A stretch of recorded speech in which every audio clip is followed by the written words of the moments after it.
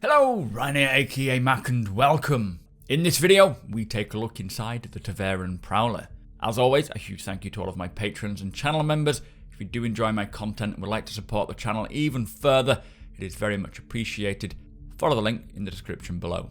So, we got a little tour of the upcoming Esperia Prowler, which is slated to come at the end of March in Alpha 3.9. Now, this is the very first Esperia ship created by Esperia, who are a human company which specialise in rare alien ships like their previous work with the Esperia Blade and Glaive. Because of this, CIG has been creating the style guide for the Esperia, which will impact any future Esperia ships and styles, likely including their environment, although they have been absorbed into the human race, the UEE, and live alongside the humans, so we might not see their homeworld as such because we kind of took it from them. Anyway, the auxiliary lighting inside, which is the lighting state when powered down, is very red, as this represents the Esperia's home and makes them feel safe. We are looking at the drop room here, which can hold about 12 people. We have weapon racks lining the walls next to the drop doors, which can pop open and allow the troops to deploy quickly. The drop doors, when opened, do show the air shield lining the sides of each opening, which means the interior does not get vented. Also, the rear door has an air shield as well.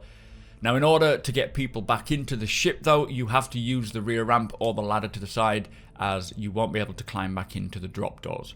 The ship is on 2 levels, and at the front is where the co-pilot sits directly below the pilot. Here is also 4 more seats for people, making it a total of 16 deployable troops. The main entrance is here as well, which has a ladder access. Up on the second floor, you come to the component room where most of the components will be situated. Things like the coolers and the power plants. These are directly behind the pilot. They're still trying to work out where the other components will be fitted, so we'll see what they decide there. Now, the canopy is a bit different as well. The Esperia are so armoured up to the point that they don't want to even expose the pilot. So their canopy is basically lined with many screens which project the outside on them. This means that the pilot can see out, but no one will be able to see in. Now, I do hope that we get a really cool visual effects for this canopy projecting. I assume the visual effects team have just not had their hands on the ship yet at the time of recording, so hopefully that will change.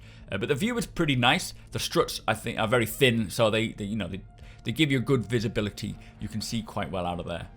Something I really like, but I doubt would actually work in real life, is how the controller setup and MFDs are. It uses a single input, which allows the pilot to control all of the movements, including the thrust, just with this single input.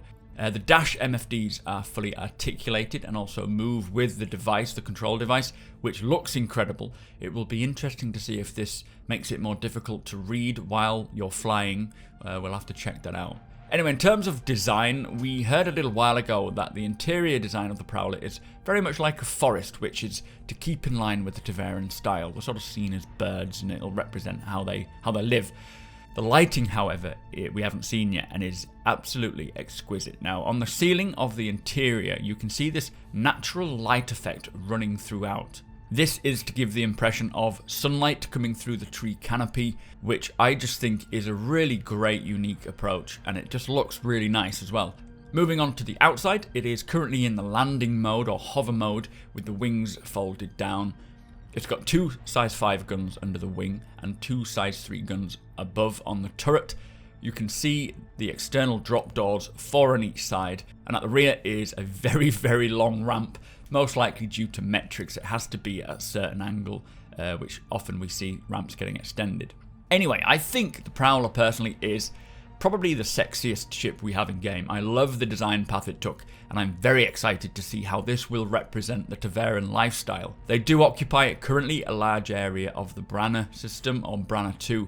This isn't their homeworld, so it's going to be interesting to see if it's similar in design to what they've created for themselves as a home. It'll be interesting getting this ship in game, and I cannot wait to put it through its paces, especially in its intended role as a dropship. But with that said, I would love to know what your thoughts are on the Esperia Prowler, so do let me know in the comments below. Hit that like button if you would like a Prowler yourself. Follow me over on twitch.tv/supermacbrothers Ryan and come and hang out with us live. Again, thank you to the patrons and channel members. Thank you for watching, and I'll see you next time.